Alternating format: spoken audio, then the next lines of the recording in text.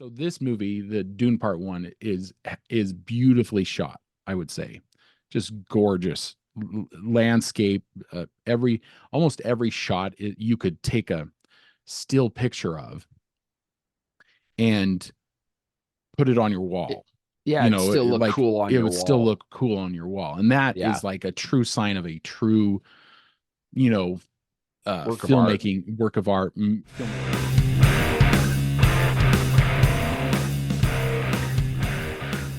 Hello and welcome to the Brothers Random Show. My name is Travis, And I'm Michael.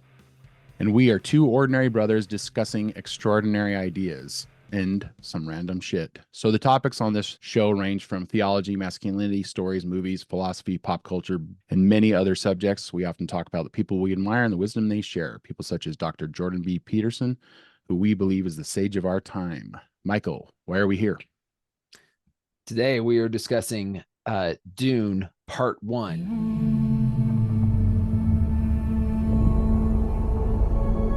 My planet Arrakis is so beautiful when the sun is low. Rolling over the sands, you can see spice in the air. The outsiders ravage our lands in front of our eyes.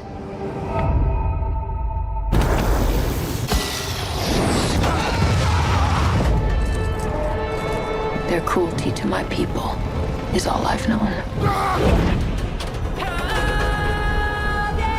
What's to become of our world? Came out in 2021 in preparation for Part 2 coming out, which was one thing was kind of interesting. A lot of people were afraid that this very much was a Part 1. But a lot of people were worried that Part 2 might not see the light of day because we were just coming out of the COVID lockdown. I think when Part 1 came out, or we might have been just right in the middle of it in 2001. And people were concerned that it didn't have enough of a success to make a sequel. To warrant, yeah, to warrant a sequel. So I mean, it's possible that that might have been a legitimate fear. It was also, I think it was day and date released on HBO Max, which is what they were trying to get that streaming service off the ground. And so it was also released on that. So that might have hurt its box office numbers. So there's no real way to tell how good of how much of a success it was. But I should say, before we get too far into this, we're going to talk about the film, and then eventually we'll get to a spoiler section, and we will warn the audience about the spoilers. This movie is directed by Denis Villeneuve, a French-Canadian filmmaker who's probably best known for Arrival and Sicario and Prisoners and Blade Runner. His movies are very, very beautiful movies. They're just gorgeous movies. I should say the Blade Runner sequel. He's kind of had just a awesome career for the last 10 years, just putting out really, really solid stuff. It's based on the book that was written in the 1960s by Frank Herbert. And originally there was a movie made in the 80s that I could probably get into before we actually get into this movie. So the movie in the 80s was directed by David Lynch. And if you're a movie aficionado, you know about David Lynch. I remember David Lynch is overrated. I absolutely hate almost everything he's ever made. He did make The Elephant Man, which was a good movie, but that was based on a play. And then he made this movie in 84, I believe it was. And he had made it with the help of Frank Herbert, which is kind of crazy. But this the 84 Dune is a terrible movie. It is terrible. It is awful, in fact. And lot of people think it's because of the special effects. A lot of people think it's because the movie was taken away from David Lynch and the studio re-edited. I don't think that would have saved it. There was a ton of moments. I don't know if you remember it, Michael. Did you ever see it? Yeah. Yeah, I saw it. How long ago? Yeah. How long has it been since Oh, you've seen it? oh gosh. It's been a long time. Do you It's remember been it being really 20 grotesque? years. Like it was grotesque. It was Um, disgusting, like in a just lot of ways. grody. Yeah, yeah. Just Yeah, kind it of was just like nasty. gross, Yeah. nasty. Just because like the Harkonnen, which are the villains of the story, they were like, they had boils on their faces and stuff. Like it was just, and I rewatched it for this, and I thought when I saw it as a kid that it was bad, and then I see it as an adult, and it's still bad. I mean, it's just bad. I just never. There's moments in it where the characters and I'm sure they're trying to do the book justice by doing this, but the characters will actually do what a lot of anime does, where you hear their inner thoughts, right? Mm-hmm. And Mm-hmm. it's strange in a movie. It's strange in anime. Sometimes there's a lot of anime out there that does this, where it'll kind of pause on their face and then you'll hear their Yeah. thoughts, Yeah. like a voice over their thoughts. And it's actually quite jarring throughout the movie. Like there's always this moment where the character will stop and, oh, he thinks this, and it's basically exposition, and it's really terrible exposition. It's like terrible writing. It's really bad.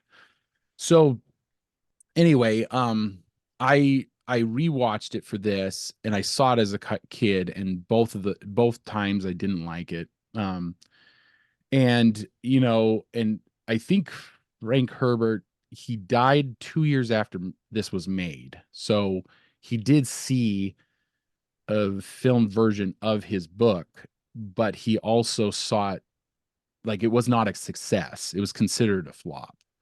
People didn't like it. And it might have hurt the people who would come on to the books later in life as well. I've been told Mm. the books. Yeah, I mean, do you know anybody who's read the books? Because we have not read the books. Now, in fact, I I only a few people that I've ever met that read it, and I don't know how. I can't remember how it came up that they were reading Dune or that they had read Dune.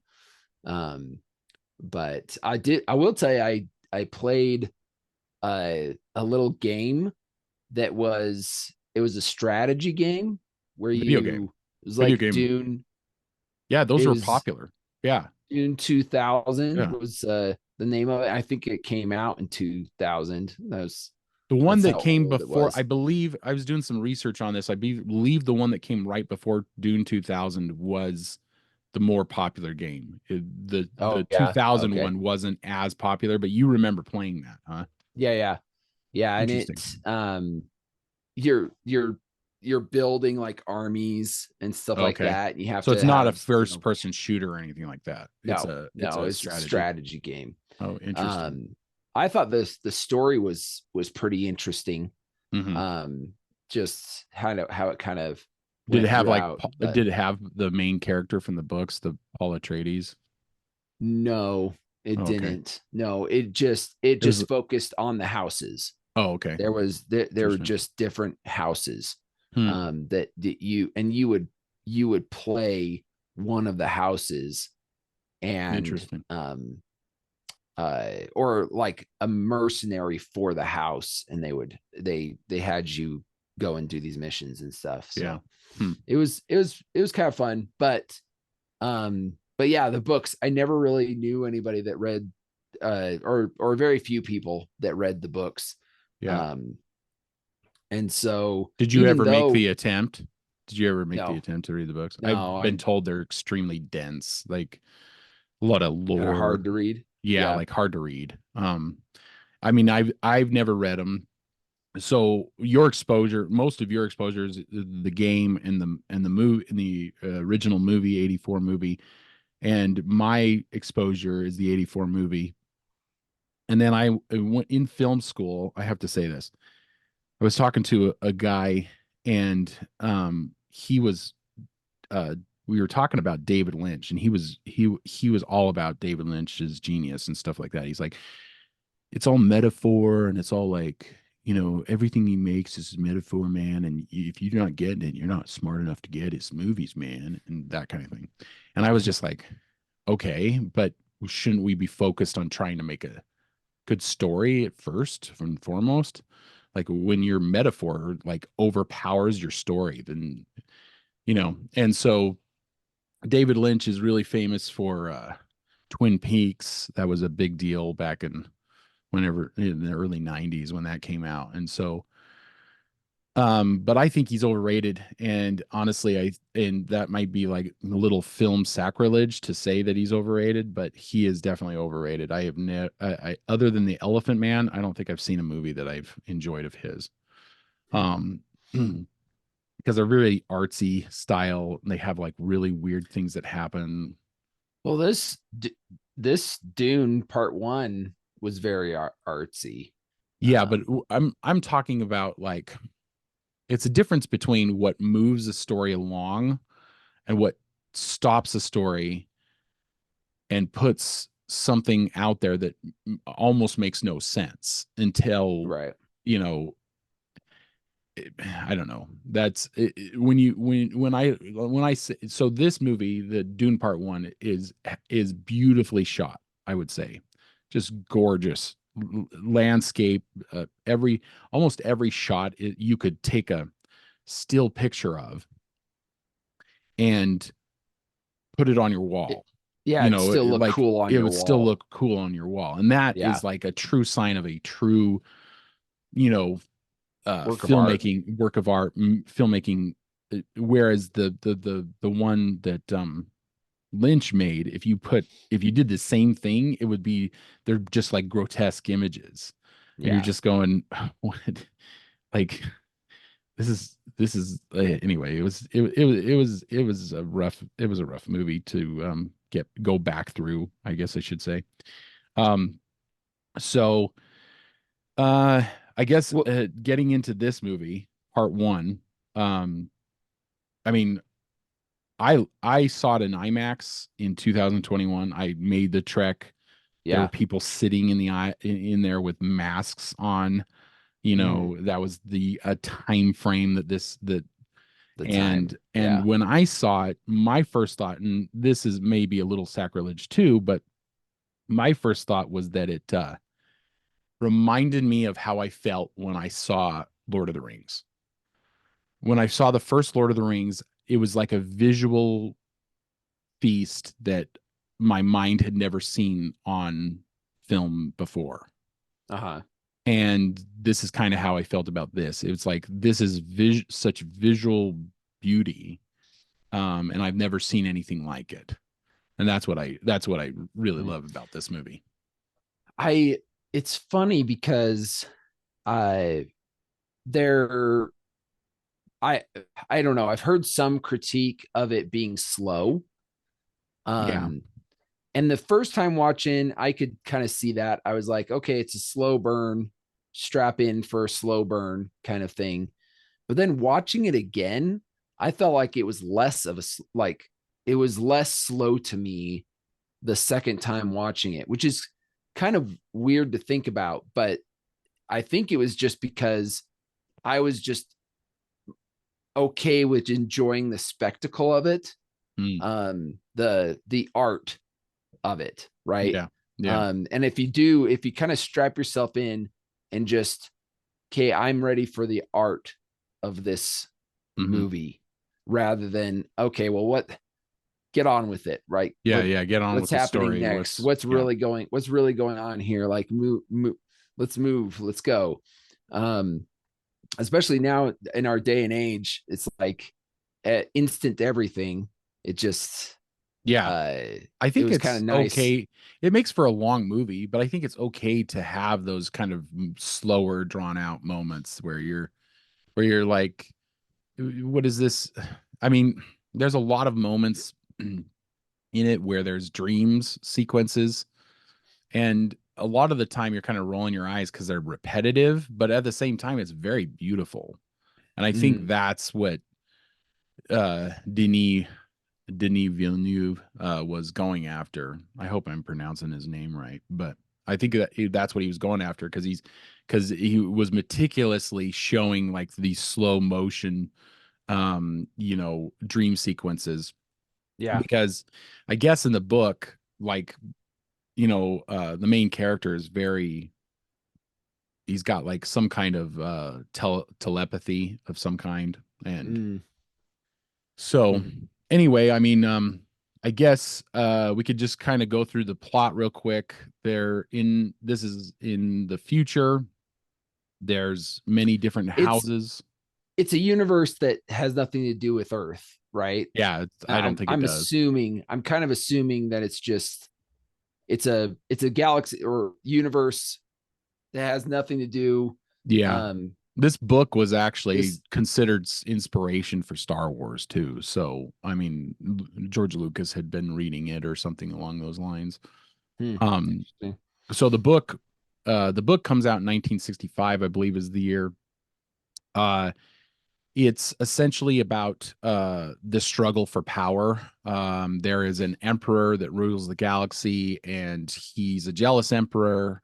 And there's different houses that rule the different planets. And one of the planets is House Atreides, and he thinks House Atreides has too much power, so he gives them um, the stewardship of the Arrakis, planet Arrakis, which is which also is known as Dune. Dune.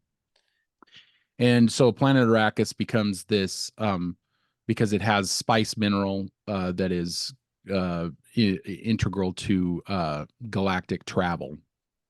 And so this mineral is very valuable throughout the galaxy and only is produced on this one planet. And anyway, so the House Atreides gets asked to or told to take over from the Harkonnen, which the Emperor knew would piss off the Harkonnen. So the Harkonnen are pissed off, and after they leave, they come back and attack the Atreides, House Atreides. So anyway, Mhm. that's the basis of the story. They come back and attack. Paul is the heir to House Atreides, and that's the essential beginning of this story. Which the biggest complaint about this movie was that it felt very abrupt. It ended too abruptly. So we won't talk about the ending yet because we're not spoilers. But essentially, the biggest complaint about this movie was that it felt more like a prologue than an actual movie. So it's like just Mm. introducing characters. Here's the different houses. But for me, just the visual feast of the whole thing was awesome. I totally ate it up when I saw it. Because Yeah. I like beautiful movies. I like looking at beautiful pictures. And Hmm. so for me, this is I mean, is the story and characters maybe a little lacking? Maybe. But I think the visuals kind of make up for that.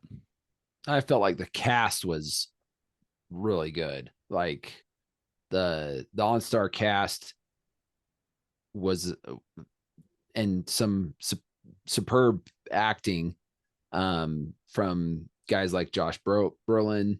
Yeah. Um, And then uh, Oscar Isaacs is really good in this. Even like Jason Momoa for the small role that he plays is still pretty good. is So yeah is I was there for it. It was and the two main characters, which is basically this is the story of the mother and the son. yeah, yeah, Like it's basically their story. yeah. Um, and Rebecca Ferguson is played by or plays a lady Jessica, which is Paula Atreides' mother. Rebecca Ferguson is phenomenal in everything she's in. In The Greatest Showman, she's in a bunch of Mission Impossible movies, and she's excellent in Lover and those. Mission Impossible. Yeah, I Yeah. love her. Her character in Mission Impossible is one of my favorite characters. So yeah, so she's excellent. I mean, she's only like 13 years older than Paula Atreides, but in this world, it's not hard to believe that somebody would look young, especially with the spice, because the spice is supposed to prolong aging Yeah. or not Slow prolong down it, slow it aging. down Yeah. aging. Yep. So in this world, it's not hard to believe that Oscar Isaacs and Rebecca Ferguson are both the parents of Paul Atreides, which, I mean, Timothy Chalamet, who plays Paul Atreides, he's supposed to be he's supposed to be like 14 or 15. He's supposed to be really young, and he can play young because he's a scrawny kid, and but I Yeah. mean, he's probably 25, 26, somewhere around there.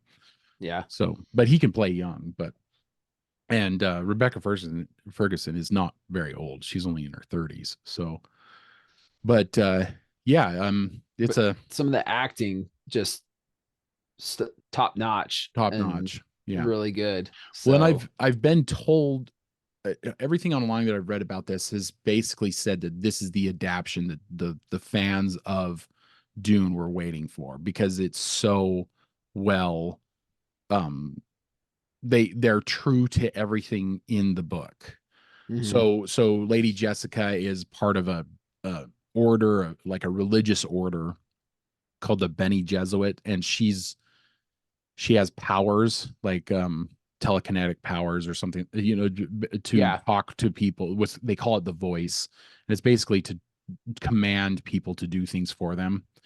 Yeah. And she's trying to teach Paul how to use this, but traditionally it's only been women that are part of the Bene Gesserit. It's kind of like nuns. They're kind of like Mhm. based off of like nuns, like Catholic nuns. Um, well, what's fascinating about this is that Denis Villeneuve has taken what probably took chapters and chapters to explain in the books, I would imagine, and he's basically condensed it down really astutely, because the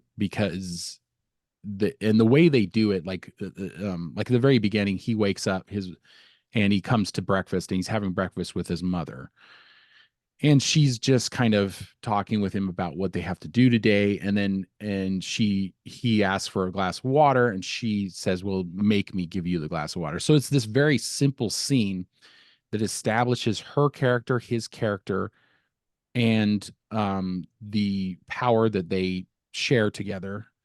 It establishes that she's trying to teach him that power, and Yeah. it doesn't do it like in a hokey and Over um the top over or the top kind of way, which, yeah. I'm going to do this throughout this because I hated the 1984 version so much. When you compare it to that version, it's clunky. It's uh they try to do the same thing, but it's all in their head. So they stop the scene long enough to show them talking in their head, and it is not only bizarre and clunky, but the dialogue is really, like, they're trying to explain it. But this scene that I'm explaining with them at the breakfast table is executed so much better because it's doing a bunch of stuff all at the same time. Yeah. It's saying what she is, what he is. It's introducing them essentially. It's helping you understand as a viewer that this is that that they have a power, and that it's a difficult power, and Paul's trying to learn. So it does a bunch of stuff, and it's still a simple scene. So it's genius how it's done. Really is. A good like it's showing not telling Showing, kind not of. telling. Yeah. Yes. And that's the mistake of the original 84 one, was just a lot of exposition in people's heads, and it was just it wasn't fun. It was just not fun. That's why I would say that's why it was a massive flop. But and the same thing happens again when he's walking with his father in the graveyard. So Paul's walking with his father in the graveyard and telling him his insecurities. And Oscar Isaacs, this is a brilliant performance by Oscar Isaacs, because he's a stern father, but he's also very loving. So you keep and you Mhm. you get So it's another simple scene with just two characters. It establishes the politics that they're walking into with the other houses. They know that they're walking into a trap, essentially, and they talk about it. Uh-huh. So, and it's another brilliant scene, and it also establishes the love that he has for his son. Mm-hmm. It's just I think Denis Villeneuve I think he's a brilliant filmmaker. He's a better filmmaker than David Lynch. David Lynch is a hack filmmaker that thinks he's making art, whereas Denis Villeneuve is making art and also making a story and a world that David Lynch I don't think could ever muster, Mm-hmm. or anybody who attempted this before. Like Yeah. at one time, Ridley Scott was gonna make Dune. There was even talk there. So there's a famous documentary called Jodorowsky's Dune. It's about a Chilean director who wanted to make Dune and decided to get like a bunch of people involved. He had this huge book of storyboards and stuff like that that became kind of famous in Hollywood because it's like the best movie that never was made. He had Mm. Salvador Dali. This was in the 70s. So he had Salvador Dali was going to play the emperor. Mick Mm. Jagger was going to play one of the Harkonnen villains. Like he had a ton of people lined up to do. Interesting. Yeah, and it's an interesting documentary about a movie that never was made. So it's called Jodorowsky's Dune, and it's a very interesting movie. But anyway, the point is this was such a difficult task to do that they turned the first book into two movies because it's just impossible to get everything done that they wanted to do. Well, do you think it's only two? Has that come out Well, that it's only two? well, Because there's a my book, feeling was that this was going to be that there a were going to be three three-parter. movies. Yeah. I don't think I I don't think maybe they've you're wrong. made so I believe that this will end the first book, but there are six books that were written by Herbert himself. Yeah. And with so there was some talk I have heard online that they are thinking about making the sequel book. And I Mhm. think it depends on how well this is done, how well this does. Um the sequel, the Yeah. number part 2. So anyway, you have any thoughts on the movie? This is kind of a fascinating question, but I want to run it by you and just kind of tell me your thoughts on this because in this show, somewhere along the line, someone mentions that Paul Atreides is human. It's just thrown out like they're human, right? Mm-hmm. And um, my little girl came up to me yesterday, and she's like, "Dad, if you could be any fantasy species, what would you be?" And I thought about it for a second, and I was just like, I mean, because I'm thinking like Lord of the Rings and sci-fi Mm-hmm. and like Star Wars and all these things, right? And it's like, um, after thinking about it for a minute, I was like, honestly, it'd be the best to be a human, right? Like Yeah. to me, I was just like, I'd rather be a human, in all honesty. And then I realized that in all of these fantasy and sci-fi stories, they have humans, but they don't have to have humans in these stories. Yeah, because Like they're yes, they Luke Skywalker could have been like a, a Jawa. a Jawa or something like that. Yeah, Would we have responded more though? Because you can't put that's the yourself in. question. So that's the question. Why in all these stories do they have humans and that the main characters or the heroes of the story are humans? I think probably because I would say that the jump that you have to do to identify with a character that's a part of a different species would I would imagine would be, harder to A do, little harder. right? Yeah. Because like, okay, so for example, Spock from Star Trek, how can you relate to somebody that doesn't have emotions? You know, Mm-hmm. yeah, his race is supposed to be very no emotions kind of thing. Mm-hmm. So it's like you're going to have a harder time identifying with that kind of character. But Spock was a big deal, and he was one of the most, Everybody loved Spock. yeah. Yeah. He's still humanoid, though. I think it would be harder to identify with a character that had five eyes or something like that. I mean, Yeah. Like a yeah, Jawa. like Yeah. a Or something Jawa.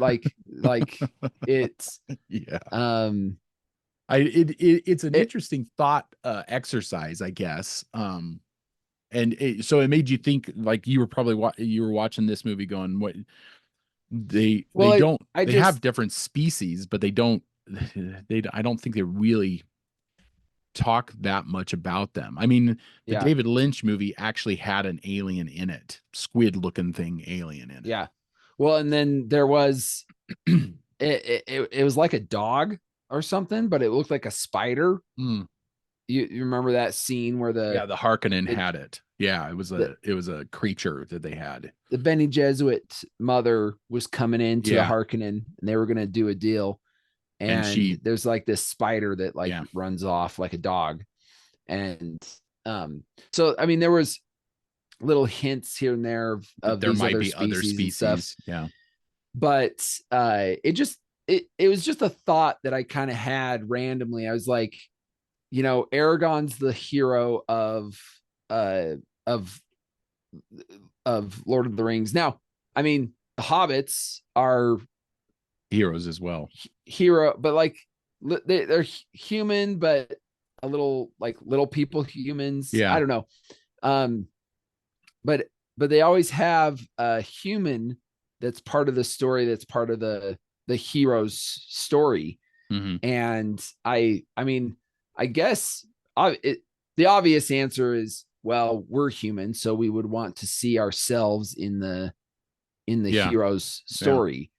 Um, Hmm. but it was just, it was kind of a passing thing that I noticed in this, that somewhere along the line somebody said, well, they're humans. Well, And then I think it's probably easier to do an animation, maybe. I don't know, because like Monsters Incorporated is all the main characters are monsters, yeah, right? yeah, interesting. So so it's a interesting thought to look at that, because though the one of the monsters is just one big eye, right? Yeah, So to yeah, make that character articulate human emotion is probably one of the challenges that you would be faced with in a right. live action. Maybe it's an interesting thought, though. Should we get into spoilers? Yeah, let's get in All right. spoilers.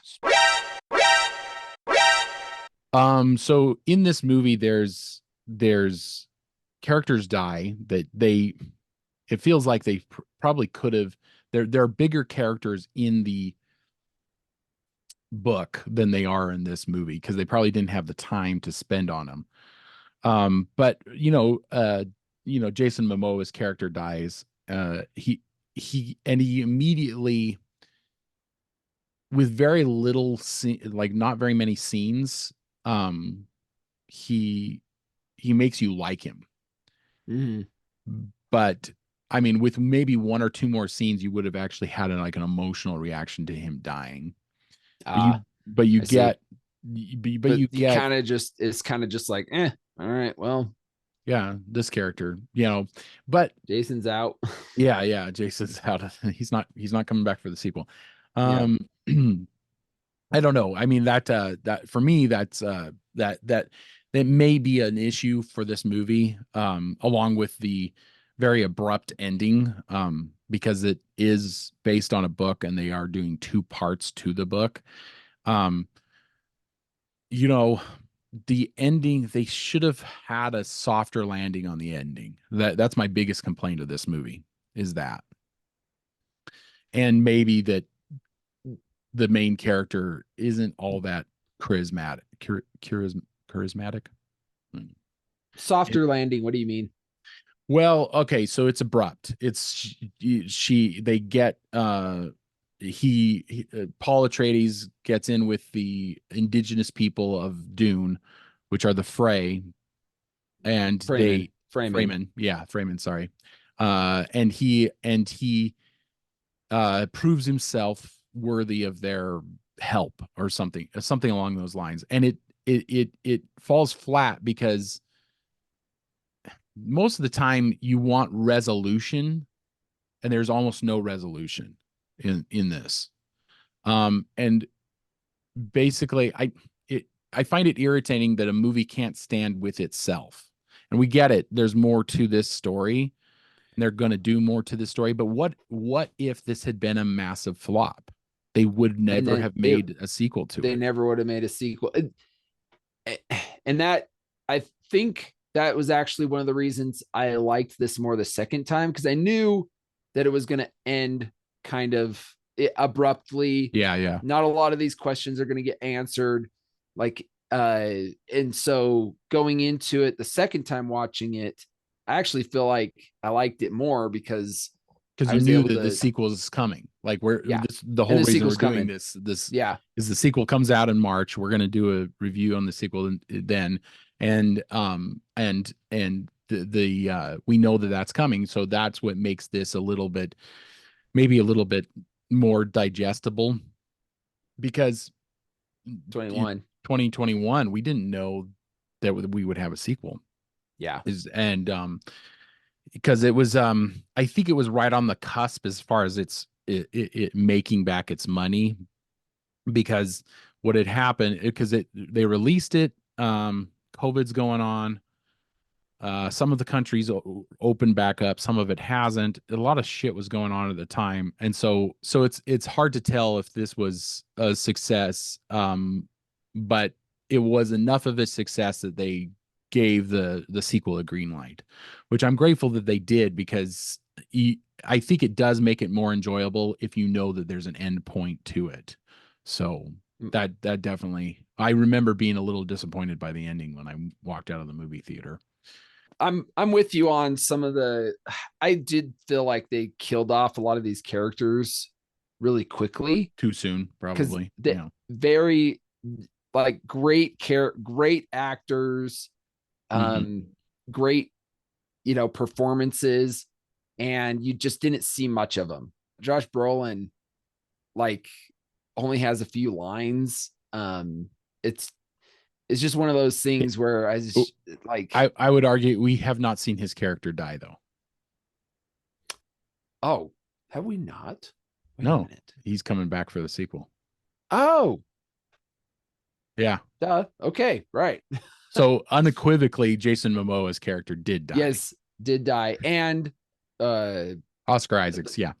Isaacs. Yeah, the dad, he's not coming back either. And that was, so he's one of the better characters in the beginning of this story, because he knows what he's going into. He knows that his goal is to make good with the indigenous people of the planet, so that he can have help fighting against the Harkonnen and the Emperor. But unfortunately they are betrayed, and he doesn't get that chance. But he's already instilled that in Paul. So out of all the characters that die, he's probably the most emotional, because he does have a good story arc from beginning to when he dies, I would argue. So, and I love that the visuals they did where because they mention his grandfather who used to fight bulls. Yeah. Or his father that used to fight bulls. His father. Yeah. And it shows him, and he's paralyzed, looking at a bull. Looking at the bull. At his bull, and gonna try to get revenge. The revenge that he wants on the Harkonnen, which is it's rough to watch. That was rough to watch his plan to yeah, his demise. His demise is hard to watch. That's true. Yeah, Um, because they've got him stripped down. It's insulting. yep. He's already dead, right? He's alive, but they're basically just waiting for him to die, kind of thing. Yeah. It's it, again, it's visually arresting. Like the whole thing is just, you don't see these kind of images very often. It makes you wonder about Denis Villeneuve's like imagination. Even the covers of the books don't look like this movie. So I don't know where he got the inspiration for the visuals of this movie. I mean, the books themselves, I mean, sure, probably have explanations, but you can only do so much with the explanations, I'm sure. Or But descriptions is what you're yeah, the meaning. Yeah. descriptions, yeah. So what I'm trying to get at is that a lot of this is just coming from his brain, because Yeah. the cover of the books don't have this arresting of visuals on them if you look at any of the covers of the books. Mhm. So I mean, that's probably something he brought to this, and the director of photography, who's usually in charge of the camera work for movies, he's actually, you get this, the creator. He was the director of photography on the creator with Oh, really? Hmm. David John David Washington. Huh. So Interesting. if you think about the look of that movie, it kind of has some of the look of this movie. So Yeah. A I little just bit. thought I just thought that was interesting. They both are visually striking, very, very visually striking. Hmm. So the director of photography, I think he's got a long, good career ahead of him because his shots are beautiful. The music, I want to talk about Ah, Hans Zimmer Zimmer, coming back, man, man. That guy knows how to that make a score, man. that guy probably has, He man, has that some of the guy best probably has a scores list. ever. Yeah, He probably has a list. Like, dude, everybody's in line to get that guy, I'm yeah, sure. yeah, for sure. He knows he knows how to evoke emotion through music, and that's Yeah. like that's got to be a tough thing to do. Because there's movies that you watch and their music is capable, but you don't come out of the movie going, man, the music is amazing. You only do that Yeah. on certain occasions. John Williams, he's known for his scores, but uh Hans Zimmer, man, geez. I mean, Lion King, uh Prince of Egypt, one of the best musical scores out there. Gladiator, the list goes on and on. I mean, Black Hawk Down, Rain Man. I mean, jeez. He did Interstellar too, right? He He does a lot he of got a lot of Christopher Nolan's. Nolan's. Yeah. Not Christopher Nolan's latest. Tenet and Oppenheimer were a different Or composer somebody else. who they're good scores, but whose name I can't pronounce that guy's name. So, um, But Inception and Interstellar, yes, those are and Hans those Zimmer's. two, like Inception, Excellent, I'll excellent, listen to excellent. that, just cause. Yes, Like, excellent anyway, scores. Time is the his song "Time" from Inception is a amazing. phenomenal piece of work. He did the soundtrack to Gladiator, which is one of the best soundtracks ever. So Mhm. It's got all the good moving parts yes, to it to to what that make make a good for a movie, great right? show. Yeah. Yeah. To do this movie right, to do justice to the books was extremely hard to do. Obviously, because they've made one attempt at it and failed. Actually made a couple attempts at it because there was a mini series in the early night or the mid Yeah. 90s I that remember thinking it was okay, but do you that remember was, watching it? I never saw it. yeah, I watched it. I watched it when I was probably 14 or 15 or something. I think Yeah. I Okay. watched it before I watched the 1984 one. Okay. Um, So many attempts so at this, and many failures, because it was just considered to be one of the, you couldn't do it. Mhm. It was a lot like Game of Thrones. So a lot of people, when they first started reading the Game of Thrones books, were like, you could never do this as a movie. Well, they didn't do it as a movie, they did it as a series, but at the same time it was kind of considered, well, you can't, this is almost unfeel. And even George R. R. Martin, who wrote the books to Game of Thrones, stated, I kind of made it so nobody could make it into a movie. And now all we have is the ending to the show. We don't even have the ending to the books yet. Anyway, that's a whole nother issue. Um, but this was kind of considered that it's like the holy grail of, you know, of movies. Like the fandom of this is a very interesting fandom, because they're kind of extreme nerds, I guess, the fandom of the actual books. Like I said, like you said, we've never made the attempt to try to read the books, but I've heard that they're very difficult and very dense. And this is kind of the extreme of nerddom, geekdom, whatever you want to call it. Um, but according to everything I read online, this movie was a worthy adaptation. So Yeah. So the uh, the Dune fans liked it. liked it. Yeah. Did they? Okay. Because I know that's the Well, big much thing.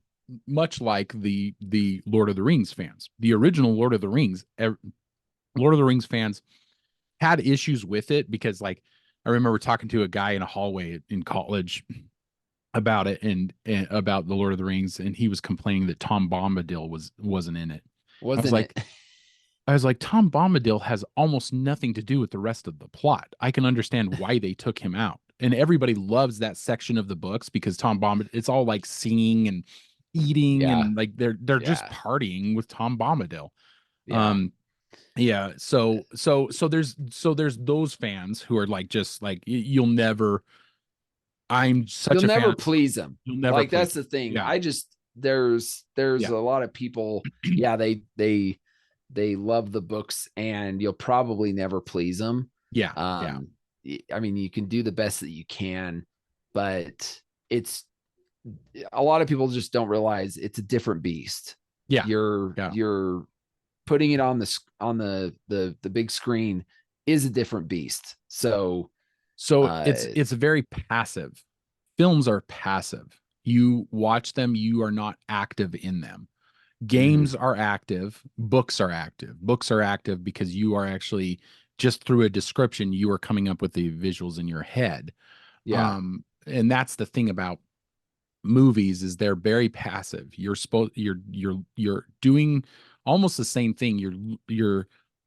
You're interacting with a story, but you are passively interacting in it. You are being told a story, you're not reading it, you're not playing it.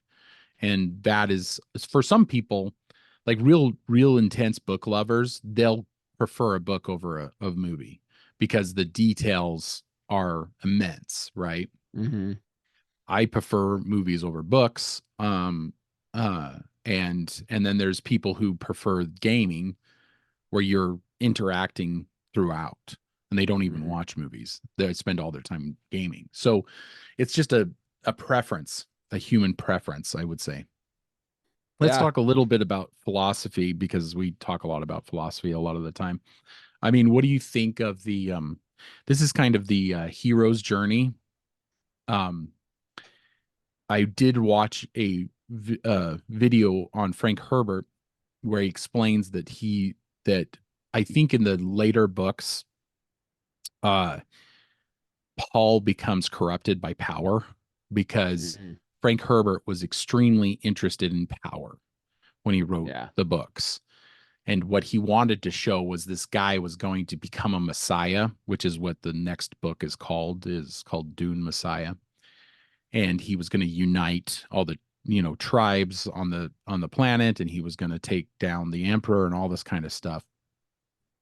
And he's successful in that, and then he starts getting corrupted. um the this, I feel like this is the Joseph Campbell hero's journey, and that in the later installments, Herbert wanted to also show like maybe a King David kind of scenario where he gets all this power and then it corrupts him. Like a fall. Yeah, yeah. Well, because Herbert was extremely enmeshed in political stuff. He was very political at the time that he wrote these books. It was the 60s and the 70s he was writing these books. So, I mean, I don't know if that's as appealing. I don't I'm because the original Dune, I don't think the sequels ever reached the height of the original book. And I think it's because of the hero's journey, because the hero's journey is more fascinating to people than the fall of the hero. Because we don't want to It's see not that. as fun. It's not Yeah. as fun, right? I Yeah. mean, the hero's journey is the fun part, because everybody wants that in their life. They want to, be Luke Skywalker, where they, their humdrum farm boy life is interrupted by this idea that they could go off into and save a princess. And I do think that you'll see that more often in television shows. the hero's The journey. rise and then the fall. Oh, the fall. You'll Yeah. see a lot more fall. And I think the reason for that is just they have more time and they're developing a character and they want to explore this character in what they do in when they lose the throne or fall apart. Yeah. Well, Jamie, was it Jamie Lannister in kind in of Game of Thrones? Yeah. Game of Well, and Thrones, then kind of there's similar. Walter White from Breaking Bad. Oh yeah. Yeah, exactly. That's a perfect example of a rise and a fall, right? Yeah. Yeah. And still satisfying, like still a satisfying, ending to that. But I guess you kind of always expected that. But also people, it that's why the audience grew to root for Jesse. Because Jesse was they were different trajectories, right? Yeah. Walter White rising to power and then being Jesse corrupted. And Jesse was kind of Jesse is hero's journey. The hero's journey, because he's yeah he's in a bad place to begin with, and he rises to a good place. He becomes the he rises to the occasion, or whatever you want to call it, and then he gets away. And yeah, if you've seen the sequel, then that so the story. Audience started getting to the point where they were rooting for Jesse more than they were rooting for Walter White. So the first half of this is essentially him accepting the idea that he might be the Messiah. The Messiah. Yeah. Which, and you and I have been talking a lot about polygamous cults because we grew up in one. And we talk about the one man itis, the one mighty and strong. It's a problem when people take that to the extremes in real life. But in our stories, we tend to love it. I guess people love a king because this is a story of a king. And like the boy who would be king kind of thing. Yeah. Interesting. It's the stories that we like. It might just pertain to our own lives a little bit. Maybe we all kind of want to become kings of our own lives.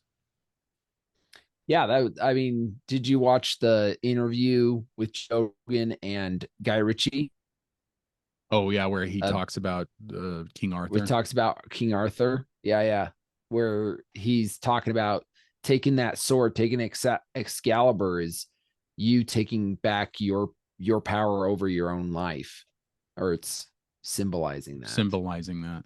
Yeah. But and that might be what Paul Atreides is destined for when he comes to Arrakis. Maybe he was always meant to be the the king, and there's folklore in this world that there would be a Messiah to come free the indigenous people of Arrakis. So yeah, anyway, it kind of feeds into the one man itis, right? It's okay in our stories, but in reality, you're talking about a dictatorship. You're talking about authoritarianism. You're talking about, right? yep. So It's so the Jordan Peterson thought is that stories are meant to internalize our own journeys, right? So so but those kind of stories, the hero's journey story is not meant to, it's meant to make the individual move forward. It's not meant to make a society, it's not meant to make a society, I don't think, move forward. Because if you, with the hero's journey, when he becomes the king, that's where we get authoritarianism, right? In real life.